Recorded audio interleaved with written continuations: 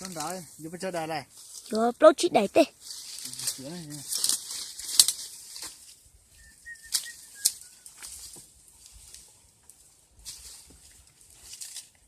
Ô, xía tà ơi.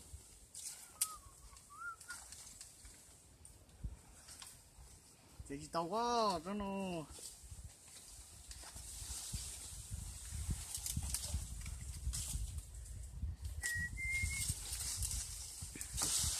Ôi.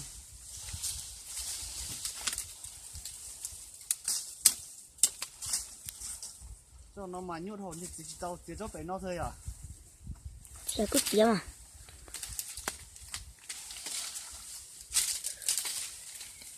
Yo, chơi đài lại cho nó. Chỉ cả yếu plot chít đẩy tê chứ.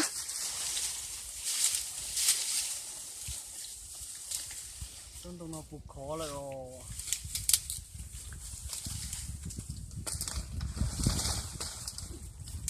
Ôi trời.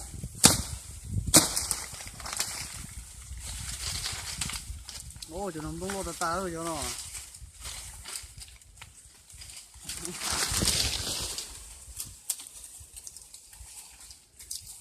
Ô, chết đâu rồi, chỉ tao dưới đây thôi.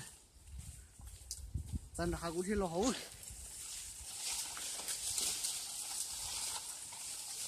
Ôi trời. Chết đâu rồi. Dưới đây nó hết rồi. Tao có mất tiền còn lú rồi.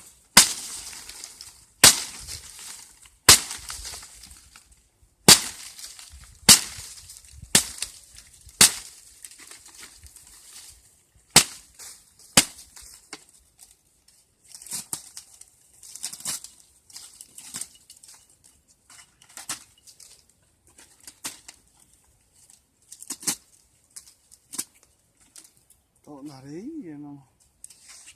Sợ. Thôi đừng có ta để nó nào.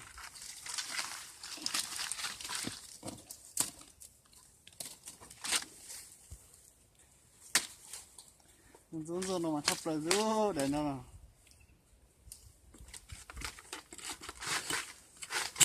Rồi, muối.